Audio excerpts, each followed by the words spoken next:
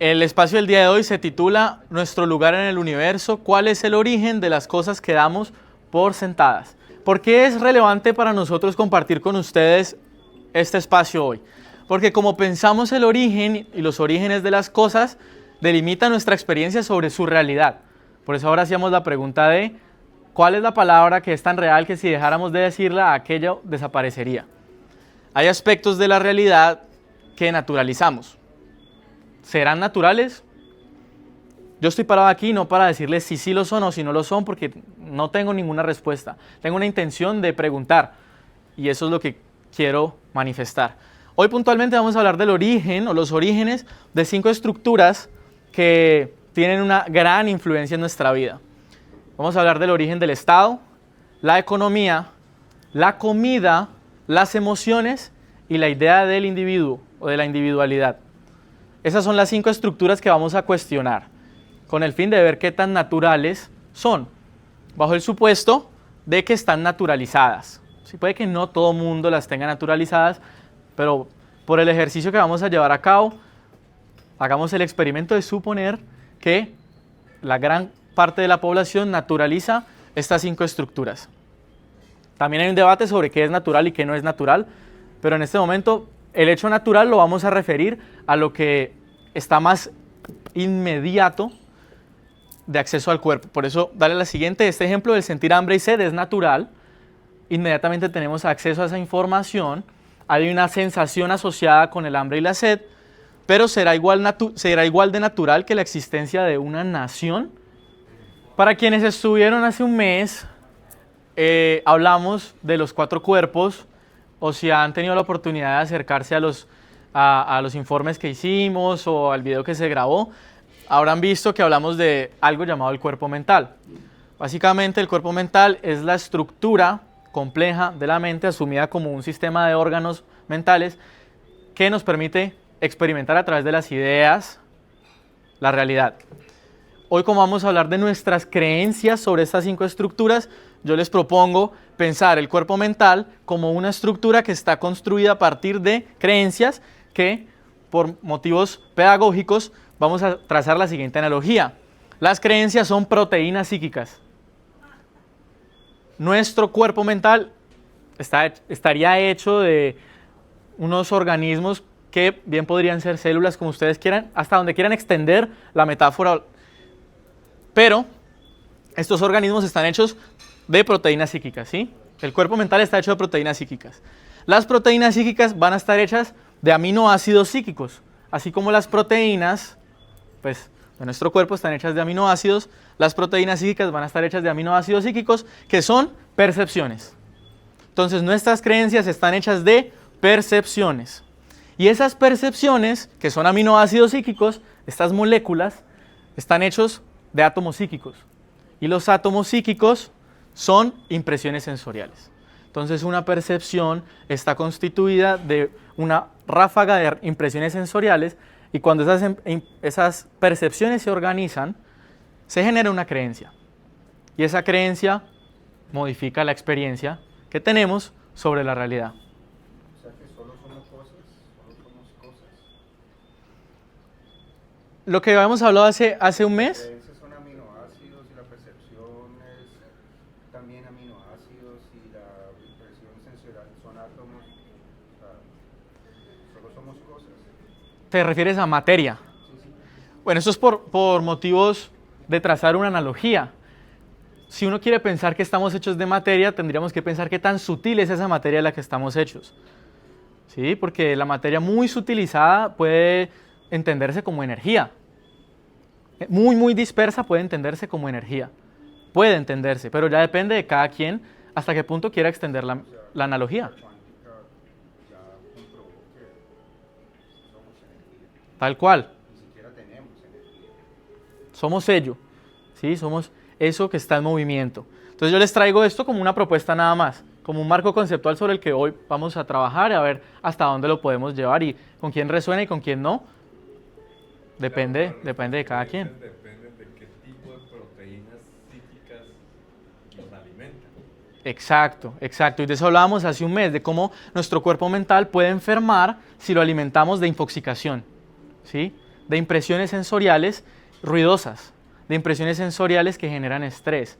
Y eso está extendido en nuestro día a día, en medio cotidiano de las redes sociales, pero también en la ciudad, porque vivimos en un entorno que está cargado de contaminantes, como también podemos generar espacios en nuestro lugar privado, algunos, para poder alimentarnos de impresiones sensoriales nutritivas, o una caminata en la montaña puede ser un alimento para este cuerpo mental. Entonces esto es un marco conceptual con el que vamos a trabajar, pero no quiere decir que así sea, ¿no? Ahorita iba a hacer el disclaimer, pero la idea mía es simplemente despertar dudas y preguntas, no ofrecer respuestas porque no las tengo, ¿sí? Ahora vamos a lo siguiente, lo que hay en el origen del universo y de lo que todo está hecho, información. Todo es información, es decir, la formación interna de las cosas, cómo se disponen los elementos y se relacionan entre sí, cómo nos disponemos en este espacio y nos relacionamos entre nosotros y nosotras para construir sociedad en este momento. Aquí hay un fenómeno ocurriendo, si alguien lo viera como un observador, y puede determinar una estructura, una relación entre las mentes, entre las personas, entre los sentires, que crean una experiencia hasta cierto punto compartida. Aquí les traje una imagen de una proteína, una ilustración más científica, una ilustración más artística de una proteína. Vemos que es esto que está como plegado hacia adentro, que está todo enroscado y que se sostienen unas partes con las otras por el mero hecho de estar unidas. Y en la mitad, una imagen que busca despertar este sentido de identificar patrones en la naturaleza, ¿sí? Como que las cosas tienen una tendencia a que su estructura sea similar y la energía que genera esa estructura se distribuya de una manera similar. ¿Listo? Bueno, entonces estas creencias organizadas, esto es un concepto que viene de poesismo, forman creencias.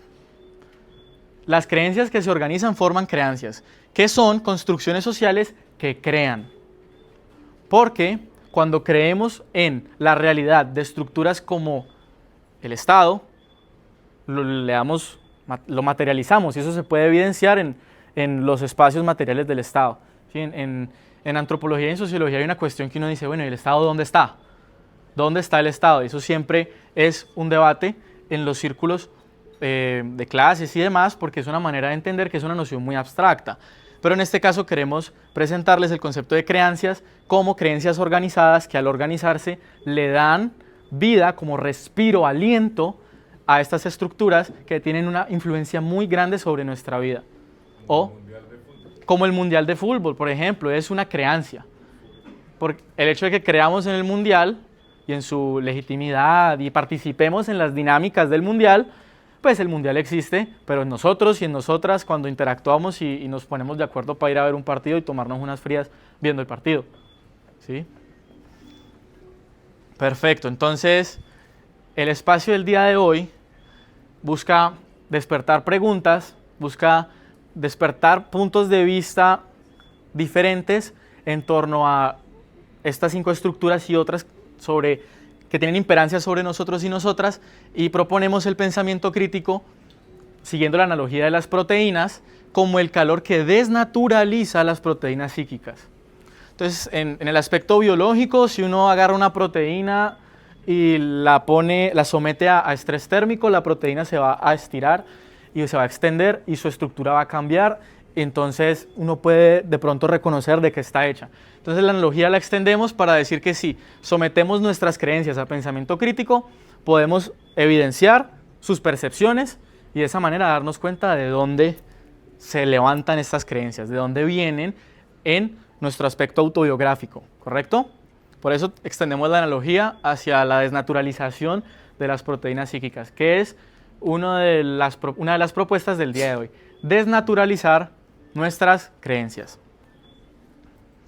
Perfecto, ya vamos a entrar en el momento más denso, donde vamos a explorar cada una de las 5 estructuras, entonces pongo un disclaimer. La siguiente explicación tiene como propósito despertar preguntas para luego discutirlas, más que aclarar dudas. Por lo tanto, es bastante simplista, aunque hemos tratado de ser lo más sintéticos posibles. Les pido que si tienen la intención de profundizar en este ejercicio, consulten la bibliografía que luego va a estar disponible en la página de Instagram o en el grupo de WhatsApp en un Drive. Ya está todo organizado, son unos textos muy bonitos, pero pues hacer síntesis de todo eso y es difícil, ¿no? Es muy difícil. Entonces, por eso pongo este disclaimer, para que sepamos que lo que voy a decir es bastante simplista, simplifica realmente esa complejidad. Primera creencia, el Estado. ¿Quiénes de aquí pusieron en su ejercicio de sí no que el Estado era natural bajo este entendimiento de que lo natural es lo inmediato disponible al cuerpo? Levanten la mano quien haya puesto sí. ¿Ah? ¿Quién puso sí? ¿Vos pusiste sí? Bueno, solo uno puso sí. Vamos a ver por qué. Perfecto. Que diga por qué. Bueno, pero después. Dale, Sebas. Ok. ¿Cómo lo vamos a presentar? Primero les voy a mostrar las perspectivas, entre comillas, tradicionales o más extendidas, lo que vendría a ser la proteína psíquica, y después el calor, que es el pensamiento crítico, o las perspectivas, otras perspectivas asumibles, mejor dicho. ¿Listo? Entonces, quédate un momento. Nuestra creencia popular, digamos, del Estado, y lo que puede que a uno le hayan dicho en su proceso formativo o en la calle, es que el Estado fue la organización más óptima humana posible. Estábamos todos caminando por la estepa o por los humedales, por allá en el Levante, y luego por allá en el Valle del Indo, y había demasiada hostilidad en el entorno, y nos encontramos y dijimos, bueno, podemos empezar a vivir en comunidad, y mira, yo aprendí que si siembro aquí y riego, salen plantas que nos alimentan y podemos regarlas, y la agricultura fue la piedra angular del Estado. Así como que después de la agricultura, cuando ya nos asentamos y nos hicimos sedentarios, apareció el Estado para regular cuánto podía ser accesible a cada ser presente en ese grupo. Creo que esa es una de las formas más comunes de acercamiento a la idea de Estado. Vamos a ver otras perspectivas. El Estado no es el resultado de un proceso natural. Hay una brecha de casi 4.000 años entre las primeras plantas domesticadas y la aglomeración de gente. El Estado inicial fue débil, produjo enfermedades, y las comunidades que no vivían en él probablemente gozaban de una mayorísima calidad de vida. ¿Qué quiere decir esto? Que cuando sucedió el surgimiento del Estado, que surge junto a lo que se llama la domus, que es la aparición de estos complejos donde convivían seres humanos, animales y plantas, sobre todo hago énfasis en esto, la producción de enfermedades. Nunca habíamos estado todos tan aglomerados con un montón de seres no humanos, y cuando nos aglomeramos pues hay un montón de enfermedades que hicieron zoonosis y chao. Probablemente acabaron con mucha gente, y cuando aparecen las murallas, por ejemplo, pues entonces la gente perdió la posibilidad de desplazarse entre territorios y acceder a una diversidad dietética mayor. ¿Sí? Hay muchas investigaciones arqueológicas que muestran que la diversidad dietética más amplia permitía construir sistemas inmunes con más defensas, y en general, pues, como hablamos en la tertulia anterior, el cuerpo es la comida. Entonces, a partir de una mayor diversidad de alimentos, hay una mayor diversidad de estructuras posibles en el cuerpo. Por otro lado, hay una noción de que las comunidades bárbaras en ese entonces, o las comunidades que decidieron permanecer nómadas, vivían peor. Pero realmente eran comunidades que tenían un conocimiento muy profundo de los ritmos, de cuándo brotaban ciertas plantas, de cuándo migraban ciertas especies, y a partir de ese conocimiento de esos ritmos podían vivir en un constante cambio, en una constante complejización de las experiencias. Me remito un poco al cuento que leímos al principio. Podían acceder a más experiencias, podríamos suponer que podían acceder a más formas de bienestar, ¿sí? A más historias podían contar porque tenían más información disponible en el ambiente. Yo puse esta tabla aquí, pero no voy a hacer énfasis en ella y a profundizar ya mucho, porque la idea es que esto esté disponible para quien quiera consultarlo después y que no se haga tan pesado el espacio. Pero básicamente me parecía interesante poner a la luz de este ejercicio de la proteína psíquica y el calor, que es el pensamiento crítico, unos cuantos conceptos.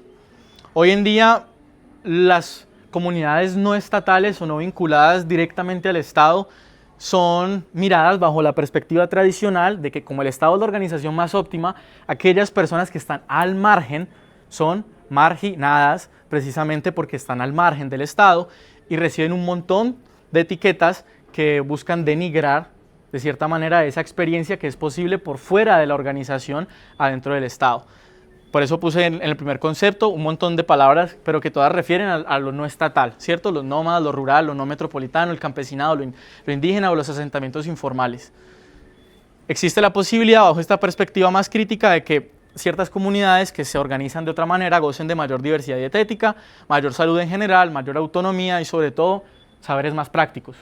Porque es cierto que en las ciudades abundan los saberes teóricos, abstractos, y en las formas de organización no estatales pues pueden haber unos saberes más prácticos que son más, llamémosle, beneficiosos a la hora de solucionar las necesidades vitales en la vida. Y luego están estas otras tres categorías de los recursos, o el capital, o el net worth, o el patrimonio, las murallas. Eso es para que lo consultemos después. Quien quiera profundizar me puede pedir el drive y yo se lo envío. Dale, Ceditas. Bueno, esto es una cita que les quería traer de un antropólogo que se llama James Scott. Él nos dice que el colapso de estos estados nos fue enseñado como una tragedia en el colegio. Sin embargo, para la mayoría de sus habitantes era una emancipación de la domesticación del Estado y el trabajo forzado. Mientras que leía el libro de James Scott que se llama En contra del Estado, precisamente, me preguntaba mucho eso, ¿por qué los seres humanos se pusieron de acuerdo para trabajar, pero después tercerizaron la vigilancia de quien trabajaba a otro? ¿Por qué en algún momento apareció óptimo que hubiese un tercero que agenciara la fuerza de trabajo de una comunidad? De cierta manera despojándose del poder de elegir cuándo trabajar y cuándo no. Pero eso lo dejo ahí en el aire para que luego lo discutamos. ¿Listo? Segunda creencia, la economía. Dale, Sebas. La perspectiva más tradicional en términos generales de la economía es que los seres humanos inventaron el dinero para facilitar el trueque, que era ineficiente sin algo que igualara el beneficio. Entonces, cuando nos hablan en el colegio o en la universidad o en cualquier lugar donde esta perspectiva impere, se nos dice que el surgimiento de la economía basada en el dinero lo que produce es una igualación del beneficio y que para que eso suceda tienen que haber dos actores completamente racionales en ambas partes de la transacción, que me parece importante mencionar. Cuando nos paramos desde esta perspectiva, vemos las interacciones desde lo transaccional y no desde lo relacional. Entonces, la economía vista desde esta perspectiva es una estructura donde estamos transaccionando todo el tiempo. Algo que nos media, que en el caso de nuestra actualidad y nuestra cotidianidad compartida aquí en Ciudad de Cali, ciudades, metrópolis, pues vendría a ser el dinero. Dale, Sebas. Estas son perspectivas que ofrecemos y es que no hay evidencia de ningún tipo de una economía basada puramente en el trueque o el intercambio de mercancías. Existen sociedades no estatales, ya te doy la palabra, Mauricio, donde hubo y hay modelos basados en dar, no en vender, ni en comprar, ni en intercambiar. Estos modelos permiten crear y mantener relaciones sociales, no acumular objetos abstractos. Antes de seguir. No, que creo que sería bueno que volvieras a hacer la pregunta que hiciste con el primer componente. Se me olvidó hacerlo, gracias por puntualizarlo. ¿Quiénes pusieron que la economía era natural? Listo. ¿Cuántos? ¿3? Varias personas, pero igual estábamos hablando de un concepto muy general, ¿cierto? Concepto muy general. Ahora estamos hablando de la economía basada en la transacción mediada por el dinero. Entonces, esto es otra perspectiva que ofrecemos. Hay registro y todavía existen muchas comunidades que tienen un sistema de ofrecimiento de ofrendas y eso es lo que construye las relaciones que tejen la sociedad. Un ejemplo muy claro y que ahora estamos explorando en una clase es el Círculo del Kula en habitantes del Océano Pacífico por allá por Australia, ¿sí? En el Océano Pacífico Austral son varias islas donde históricamente, cuando la antropología surge, van y exploran ese sistema, que eran colonias inglesas y francesas, porque les parecía muy interesante cómo estas personas no tenían nada que mediar a las interacciones, sino que básicamente yo pasaba 6 meses haciendo unos collares, yo iba y te los daba, luego vos recibías los collares, ibas y tejías tus collares, ibas a la siguiente isla y le dabas collares, y así se pasaban la vida dándose, por el mero hecho de que en dar existía la posibilidad de, primero, ver quién daba más, pero segundo, tejer un vínculo social. La idea de esta perspectiva es pensarnos qué tan natural es nuestro modelo económico de cara a pensar alternativas. Si vuelvo y digo, el ejercicio es despertar dudas y preguntas. Claro, por eso estamos hablando de economías basadas en la transacción, porque igual en el momento en el que la sal era el medio transaccional, había un medio transaccional. Entonces estamos presentando la economía en la transacción, en el yo te intercambio a través de algo que tiene valor y otros modelos económicos que no necesariamente son transaccionales, sino que en el caso de lo que les decía anteriormente, están basados en otras formas de relacionamiento. Esta cita me parece muy importante. El motivo por el que hacemos esto es porque las narrativas hegemónicas simplifican el pasado y lo despojan de creatividad. ¿Qué quiere decir eso? Que muchas veces pensamos que nuestro presente es natural. Y al pensar que nuestro presente es natural, eso nos lleva a la implicación de que quienes vivieron antes no tenían más opción, que siguieron una tendencia que estaba en ellos y en ellas para llegar a la hora.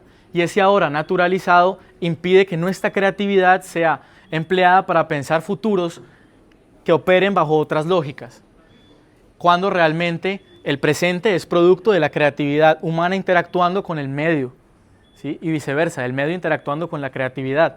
Eso es muy importante. En la transacción damos a través de un objeto en el cual ambas partes depositan su valor, sea la sal, sea el oro, sean las pieles, cuando habían intercambios a través de pieles, sean datos, que estamos en otra era, ¿cierto? Eso lo vamos a tratar por allá en unos 3 meses en otro encuentro sobre los medios digitales, pero qué bueno que lo mencionaste. Eso es la transacción. En estos medios, en estos modelos económicos basados en el dar, claro que hay una expectativa de respuesta del otro, porque el pensamiento 100% altruista tiene unas connotaciones. Me refiero al pensamiento 100% altruista como esta postura de yo doy y ya, no sigue mi hilo mental.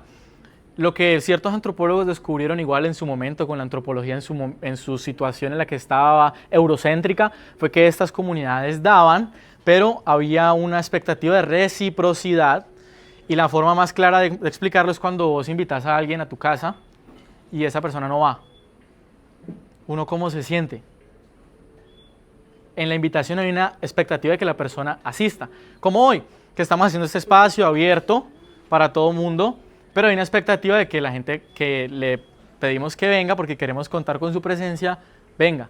Y mis sentires están influenciados por la manera en la que la otra o el otro va a corresponder. Entonces, en otros modelos económicos en el que se da, sí hay una expectativa de que el otro dé, pero mira el caso de este que te planteaba en el Océano Pacífico.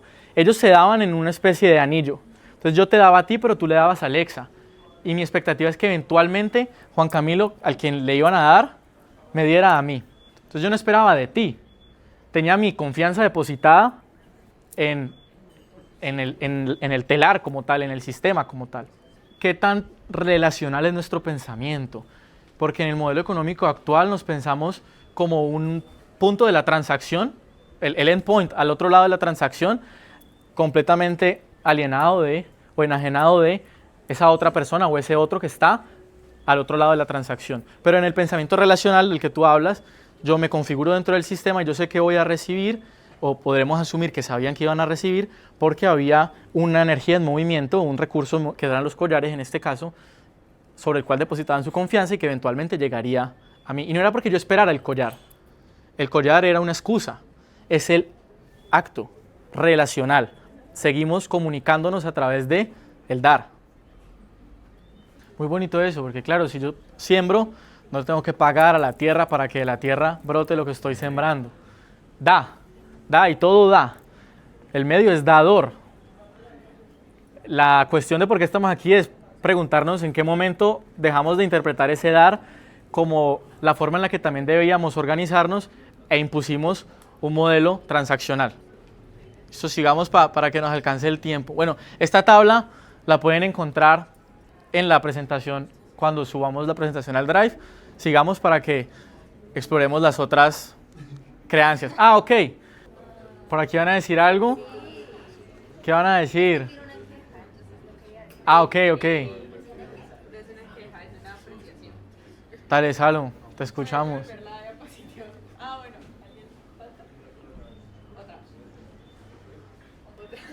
Otra Sebas. Sobre el mismo tema. Sí, aquí, no sé, en mi concepción del mundo y en lo que creo yo, creo que me hace falta un tipo de economía que no está representado ahí. Claro. Que habla de, aquí estás entendiendo que la economía del trueque, o sea, de la transacción, equivale a dos personas racionales que conectan un valor a algo y ahí se genera la transacción. O el dar en este sentido de lo que corresponda me va a llegar en algún momento. Pero ¿qué pasa cuando sí hay un cambio o un intercambio, pero no sobre un valor específico que acordamos, sino sobre compensar o sobre dar lo que para mí tiene el valor? Entonces, en el favor, si yo doy esto y otra persona me da otra cosa, pero no damos ese valor sobre un valor externo y no sobre el oro, no sobre la sal, sino sobre el cambio de. Entonces, si yo necesito llegar, no tengo transporte y voy y Manu me lleva, y yo pago el parqueadero o pago la gasolina, pero ella está ejerciendo, está poniendo algo y yo estoy colocando otra cosa y se está generando un intercambio. Como que no logro identificar ese tipo de economía en ninguno de los dos, las cosas que establecen. Sí. Antes de intervenir lo que dijo Salo, ¿qué va a decir Alexa? Voy a decir, recordarles que la economía es una ciencia social que no necesariamente se rige por conceptos completamente racionales Y absolutos. y absolutos. Es solamente la sistematización, pues bueno, también eso es pues un poco borroso, pero digamos es la sistematización de un montón de comportamientos, Claro. pero no es ni siquiera una ciencia aplicada. Sí, en ese sentido, lo que Salo nos está trayendo es completamente válido y qué bueno porque amplía el espectro de perspectivas que queremos proponer. Porque de nuevo el objetivo, si hay, es darnos cuenta que el modelo naturalizado no es el único y al haber más, entonces ese modelo no es natural del todo, porque si hay alternativas, quiere decir que según que tanto esforcemos nuestras mentes en conjunto para pensar cómo nos podemos relacionar, a través de qué o directamente de qué forma, no necesariamente a través de qué. ¿Listo? ¿Seguimos? Bien. De asistencia, check. Tercera creencia, la comida y el acto de comer. Sí, lo tradicional, vuelvo y digo, porque le llamemos tradicional no quiere decir que sea falso, simplemente es la percepción que suponemos más extendida. Es que comer es una respuesta fisiológica de la necesidad de energía, el hambre. ¿Sí? ¿Qué otras dimensiones atraviesan la comida y el acto de comer? Vamos a mencionar algunas. Bueno, hoy en día los alimentos ultraprocesados secuestran la vía de dopamina mesolímbica, básicamente generando ciclos de dependencia similares a ciertas drogas que facilitan un control social basado en el consumo. Entonces, una de las dimensiones es el alimento como un mecanismo de control social. ¿Pero qué alimento? ¿Sí? Ni siquiera hay que llamarle alimento. ¿Qué cosa que ponemos en nuestra boca y que ingerimos es empleada como un mecanismo de control social? En este caso hablamos de los alimentos ultraprocesados o de las comidas ultraprocesadas. Luego estos alimentos producirán aumento de la obesidad porque el cerebro prefiere la comida fácil de digerir, y algo que es poco conocido es que los alimentos blandos ultraprocesados debilitan músculos de la cara que impiden que la respiración nasal se lleve a cabo de manera rítmica y efectiva y respiremos de manera bucal por la boca, lo que ciertas personas han estudiado activa ciertos receptores en el cerebro de que nos estamos ahogando y nos produce ansiedad, el hecho de no poder respirar bien. Entonces, comer alimentos ultraprocesados a la larga o desde muy temprana edad debilita la cara, no podemos respirar bien, nos da ansiedad. Comemos alimentos ultraprocesados que tienen azúcares, que tienen un montón de cosas que nos producen dopamina, nos alivia la ansiedad temporalmente. Entonces es un círculo vicioso que esta dimensión de la comida hoy en día tiene. Listo, vamos a la siguiente a proponer otras dimensiones del alimento y del comer. La comida tiene espíritu. Vamos a entender espíritu como ustedes quieran. Yo les voy a decir que mi entendimiento de espíritu es energía, ¿sí? Que permite que se organice mejor el sistema cuerpo o no se organice de la manera en que debe para poder mantenerse vivo. El fuego en su momento, cuando llegó a nuestro espacio perceptual, fue un elemento purificador del alimento, porque había muchas cosas ahí en la naturaleza y en las plantas que no podíamos ingerir, que no podíamos metabolizar, y al emplear el fuego nos hicimos con ese alimento. Mejor dicho, la cocina que fue a hacernos con ese alimento produjo la cultura. Porque si esta comunidad tenía una técnica para cocinar los guisantes y esta tenía otra técnica, se iban luego a comunicar y vos ibas a ver que ellos ponían primero la olla y en la olla ponían primero el agua y después los guisantes, pero ustedes ponían primero los guisantes y después el agua. Y en ese intercambio del proceso de cómo nos nutrimos se genera cultura. Bien, la saciedad humaniza. La saciedad, el hecho de no sentir hambre es humanizante y el hecho de sentir hambre es deshumanizante, es deshumanizador. ¿Por qué? Hay un libro muy bonito y muy fuerte que les recomiendo leer que se llama El hambre, de un escritor que se llama Martín Caparrós, y él hace unas crónicas fuertísimas, muy desgarradoras, de varias sociedades humanas que padecen de desnutrición aguda y desnutrición crónica. Y él una de las cosas que explora es que el hambre, cuando azota, cuando se hace el día a día de las personas, la noción de futuro, de tiempo, desaparece. Porque no existe un acceso al mañana. El mañana es cómo voy a comer. ¿Sí? A eso él se refiere. Entonces la saciedad humaniza en el sentido de que siendo humanos podemos planear. Sin comida que sacie no podemos planear. Somos animales igual. Solo que la noción de humanidad como conjunto de seres que se asocian a través de abstracciones y todo esto es posible únicamente porque no tenemos el estómago mandándonos señales de que vamos a empezar a comernos a nosotros mismos porque no hay un alimento. De ahí la importancia de pensar a quién le está llegando alimento y a quién no. Y de pensar qué podemos hacer para que el alimento tenga una distribución más justa, que ya lo vamos a hablar. Y por último, la comida no es una mercancía abstracta porque es literalmente tu cuerpo. Eso sí se los propongo de manera muy personal. Vean lo que comen como si fuera ustedes. Aquello que está enfrente que van a depositar en su boca es una extensión a integrar de ustedes mismos, de ustedes mismas. Y eso es muy importante tenerlo en cuenta, porque con esa creencia, con esa otra proteína psíquica, somos más capaces de tener agencia, de decidir sobre qué comemos y qué no comemos, porque reconocemos que si nos vamos a crear a partir de lo que comemos, no podemos comer aquello que es chatarra, nocivo y que no está hecho de espíritu, de vida, de energía, sino que es comida inerte. Inerte quiere decir que produce inercia. Inercia es aquello que no cambia, que está lleno de preservante. Uno dice preservar. ¿Qué quiere decir preservar? Evitar la vida espontánea en el alimento, porque no se pudre. Y como no se pudre, no tiene vida. Por lo tanto, al ponerlo dentro de nosotros, estamos poniendo inercia, cosas inertes. Eso es otra dimensión que quería presentarles del alimento. Cuarta creencia, las emociones. Aquí vuelvo a hacer la pregunta que se me olvidó hacer en la creencia anterior, pero esta la considero más relevante, y es ¿quiénes pusieron que las emociones eran naturales? Y yo creo que ¿quiénes pusieron que no eran naturales las emociones? La creencia tradicional es que existen emociones básicas, ¿no? ¿Han escuchado esto de las emociones básicas? Y universales sobre todo, es decir, que se comparten por todos los grupos humanos, aún dada la diversidad de experiencias posibles según el contexto. Estas emociones básicas a veces son entendidas como el miedo, la tristeza, la ira, la alegría y otras, que residen en una parte primitiva del cerebro, que es el sistema límbico, y que luchan contra la racionalidad de la corteza. Esto es algo que uno le explica en el colegio o en textos de neurociencias muy popularizados o en libros de autoayuda. También aparece esto de nuestro cerebro primitivo, nuestro cerebro mamífero y nuestra corteza prefrontal. Esas tres capas. Eso aparece y está muy extendido en la cultura del desarrollo personal. ¿Vale, Sebas?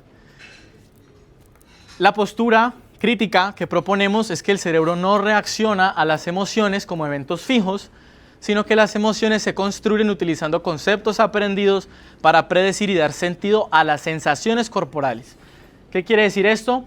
Que lo que nosotros aquí llamamos tristeza y compartimos como tristeza, puede que por allá en Bali sea algo completamente diferente. Exacto, la experiencia interna sea connotada como es connotada la felicidad aquí. Y un ejemplo puntual que a mí me voló la cabeza muchísimo hace unos años que leía este texto, es que hay sociedades asiáticas que no tienen una palabra para la depresión. No existe la depresión como una categoría cultural. Es entendida como una tristeza natural, exacerbada, que hay que atravesar. Cuando aquí lo que llamamos depresión, si bien corresponde a una emoción, también corresponde a una enfermedad. Y no estoy negando que no sea, ni estoy afirmando que sea correcto lo que por allá en países del Asia se experimenta. Pero lo que quiero proponer es que las emociones son conceptos, son símbolos y son creaciones, son construcciones sociales. Las emociones son construcciones sociales, básicamente es eso. Y la complejidad de mi experiencia interna no puede ser nombrada de la misma manera que la complejidad de tu experiencia interna, porque son diferentes, pero necesitamos estas palabras para poder relacionarnos. ¿A qué nos lleva esto? A validar cuando otra persona no tiene palabras para nombrar lo que siente. Porque la gama de experiencias internas es casi que infinita. ¿Ok? Alexa había levantado la mano. No, dale. Listo. Ahora, vamos a entrar en la parte que más quiero que se lleve en el día de hoy, y es el cuestionamiento de la individualidad frente a este concepto de acá del que ya vamos a hablar, que es la pluricereidad, que es un concepto que sale de nuestros ejercicios de exploración y de reflexión. Vamos a ver cómo estas 4 emociones pueden ser entendidas desde la individualidad o la pluricereidad, que ya la vamos a explicar. Entonces, el miedo en una sociedad donde prima la individualidad puede funcionar como aquello que sostiene una lógica de vigilancia, ¿sí? Que haya un ojo, un tercero, vigilándonos porque hay un miedo hacia una amenaza externa abstracta que nos venden constantemente en los medios, en la calle, en las redes sociales, ¿sí? El autoritarismo y la discriminación. Eso desde la postura individualista. Desde esta concepción del pluriser, que ya vamos a hablar de qué es, que básicamente es el ser entendido como un punto en un sistema, en una red de relaciones, una red de redes. El miedo funciona como una alerta al grupo sobre una amenaza común y puede desplegar creatividad comunitaria. Si todos aquí tememos una amenaza y esa amenaza es real y podemos dialogar y decir, hey, ¿vos cómo sentís eso? Ah, para vos es real, listo, para vos es real. Es decir, hacer una especie de reality check de qué tan reales son nuestras sensaciones, podemos empezar a movilizar nuestras creatividades en conjunto para anteponernosle a esa amenaza. Por eso puse que despliega creatividad comunitaria. La tristeza en la hiperindividualidad, o la individualidad llevada al contexto actual que es hiperindividualidad, es patologizada como depresión y hay una responsabilidad que recae sobre el individuo, es decir, vos como continente aislado del resto de seres, de encargarte de tus sensaciones y pues vigilarte y decir, tomar la decisión de que me quiero sentir bien. Y bueno, es un discurso muy extendido y nos venden demasiado esa idea de que cada persona es responsable de tomar las decisiones que le permitirán sentirse bien. Cuando desde la pluriceridad podemos decir que la tristeza promueve el apoyo mutuo y el duelo colectivo teje redes de apoyo. ¿Sí? Si aquí hay una persona que ha sufrido desde esta noción de que podemos ser con el otro, no hay por qué decirle, no, vos encárgate de tu tristeza, vos tomas las decisiones desde tus limitaciones del momento para sentirte bien. Yo te puedo extender la mano y a mí me han extendido la mano y esta persona también, y interpretemos esa emoción entre todos y todas y veamos cómo podemos manejarla. Luego la culpa desde la individualidad puede funcionar como una emoción que promueve el pago de deudas, la introyección del odio, la generación de trauma y una actitud penitente. De nuevo, estas son solo posturas posibles que cada uno y cada una deberá cuestionar en la medida en la que no les hagan sentido. Desde la pluriceridad refuerza las normas morales internas, la disciplina como autocompromiso con el grupo, la metacognición, es decir, pensar sobre lo que sucedió y retroalimentarme como singularidad, no como individuo, sino como un ser singular, desarrollo de conciencia y un diálogo colectivo y asertivo. No me gustó lo que hiciste, por favor, la próxima vez actúa de esta manera. Y vos, listo, muchas gracias por hacerme ese comentario, lo recibo, pero no me voy a dar en la espalda por el hecho de haber actuado de tal manera que te herí, sino que reconozco que en ese momento fue lo que hice. Un ejemplo breve. Y la alegría en la hiperindividualidad canaliza la energía del ser hacia el rendimiento y la optimización de uno mismo y refuerza esa noción de que hay progreso en la vida, ¿cierto? Llegué a un nuevo estado de mí mismo. Qué feliz que estoy porque me superé, porque avancé y tengo que seguir avanzando hasta el perfeccionamiento o hasta que me muera. pero desde la pluriceridad esa alegría moviliza hacia objetivos compartidos y dispone la mente a la búsqueda de soluciones. Si celebremos el triunfo colectivo de seguir vivos el día de hoy y de estar aquí, por ejemplo. Lo que queremos lograr con este ejercicio es extirpar el individualismo porque es entendido como un tumor, cuyas células están hechas de proteínas psíquicas para despertar a emociones holísticas. Este concepto de emociones holísticas es algo que todavía no entiendo del todo porque mi mente pues está incrustada en el sistema hiperindividualista, pero creo que es posible que nuestras emociones no solo me incluyan a mí como ser que está incrustado en esta piel, sino que incluyan al otro y no solo al otro, sino que incluyan otro tipo de seres, por ejemplo. Hay comunidades indígenas que en las palabras que utilizan para nombrar sus emociones, esa palabra se define con los árboles o el bosque. Entonces la alegría es compartida con el estado de salud del árbol. Y eso a la mente occidental, o en este caso a mi mente, aún no le cabe. Pero creo que a partir del ejercicio del diálogo, la autoobservación y la observación del medio es posible replantearnos literalmente el circuito de nuestro cerebro. A eso se refiere las emociones holísticas. La propuesta que iba a hacerles el día de hoy es, sí, derrocar la palabra individuo y dejar de usarla y empezar a referirnos como seres singulares. Porque aún siendo parte de una colectividad, si nos llamamos individuos, nos pensamos indivisibles internamente, cuando nuestro cuerpo está hecho de comunidades y colectividades muy numerosas de bacterias, de células y de otros organismos. Mi intestino es uno de los órganos que más tiene intervención en mis procesos de deliberación y toma de decisiones, y ahí habitan más bacterias que las células que hacen mi cuerpo. Entonces no soy un individuo, porque también soy contradictorio, pero sí soy singular, porque me diferencio de ti. Por eso la pregunta del inicio, ¿qué palabra es tan real que si la dejáramos de decir, aquello desaparecería?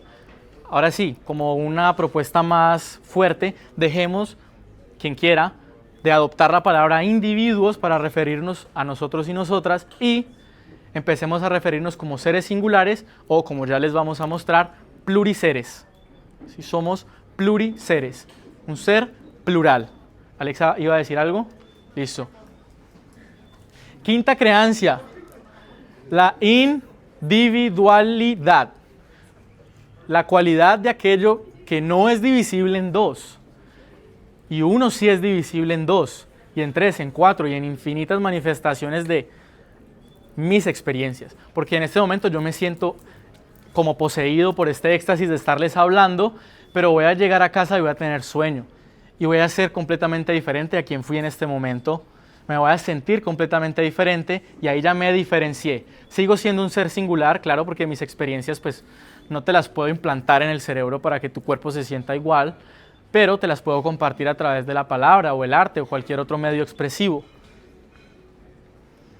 Entonces, la individualidad, la creencia popular es que es el átomo productivo que ejecuta una dominación técnica de la naturaleza y está alienado de ella. Porque también la noción de individuo nos separa en nuestra percepción inmediata de que si yo empiezo a gritar, a los vecinos les va a molestar. Y en el medio más amplio y más complejo de que mis pasos, cuando camino, están generando un camino, ¿sí? Literalmente están aplanando la tierra, y eso va a hacer que en esa tierra que queda más compactada, lombrices ya no puedan transitarla, porque está más compacta. Que plantas que el pasto ya no pueda crecer allí, porque a medida que lo voy pisando le voy quitando esa capacidad reproductiva de la planta que es el pasto. Entonces por eso queremos proponer que dejemos de adoptar la palabra individuo para referirnos a lo que está contenido dentro de la piel, sino un ser singular o el pluriser. Y también esto, que cuando hablamos del individuo, entonces claro, depende del individuo tomar decisiones saludables para sí mismo, cuando nos damos cuenta que no.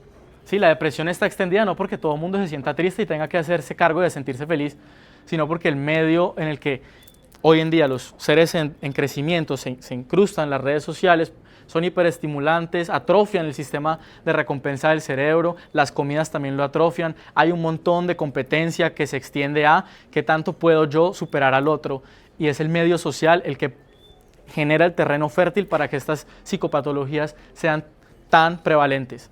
Entonces hay que ir al medio social y sacudirlo, no ir al individuo y sacudirle y decirle, hey, sonríe, todo va a estar bien.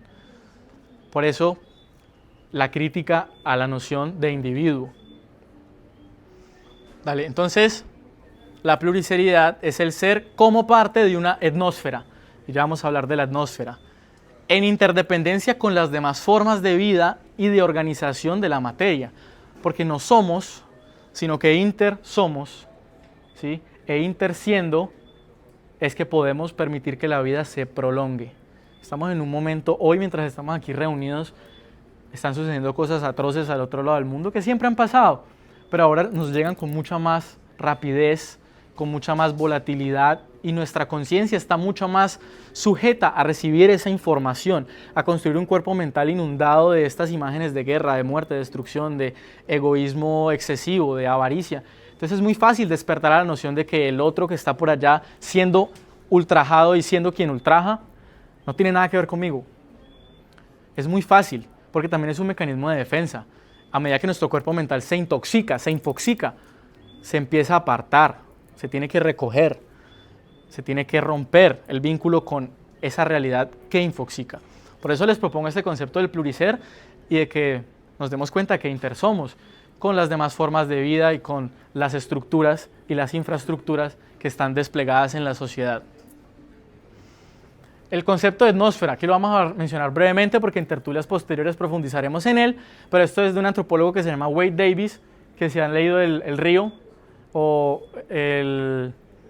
también está el río y el de, que él viene y recorre todo el Magdalena y el que está en el Amazonas. Él escribe un libro que se llama Los Buscacaminos, o The Wayfinders en inglés, está el título original, donde él recopila un montón de saberes y sabidurías ancestrales y las opera, las pone a operar con las problemáticas actuales. Y él le va a llamar a este conjunto de saberes la etnósfera, como la suma de todos los pensamientos, intuiciones y sueños de la humanidad, y que es tan vital como la biosfera, es decir, esto es una red de interpretaciones de lo real. Es una red de soluciones a los fenómenos inevitables de ser un ser humano. Toda comunidad tiene que lidiar con una pérdida, con un nacimiento, con el amor, con el odio, con una violación, con la comida, con el hambre, con estos hechos naturales, y lo interpretará de una manera diferente. Y eso constituye la etnósfera, que también es una invitación a preguntémonos cómo otros seres que están en otros contextos completamente diferentes interpretan la realidad y acerquémonos a preguntarles, porque de ahí podemos nosotros y nosotras construir muchas herramientas que nos van a permitir llegar a estados de plenitud con menos obstáculos creados precisamente dentro del cuerpo mental con todas nuestras creencias y toda la información que consumimos.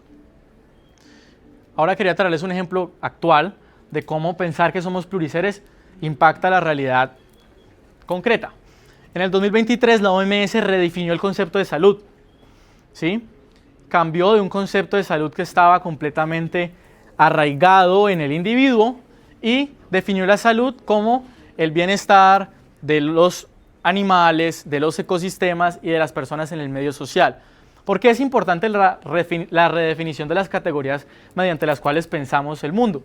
En este caso porque esto es una organización hipervalidada y si ahora yo tengo un proyecto que va a impactar en el medio ambiente y quiero la validación de la OMS, mis recursos, es decir, la plata, tiene que estar direccionada a proveer salud según el concepto de salud que quienes tienen la autoridad emiten. Entonces es importante que al redefinir la sociedad, al redefinir las categorías que interactúan con la sociedad, nos pensemos qué implicaciones materiales van a tener.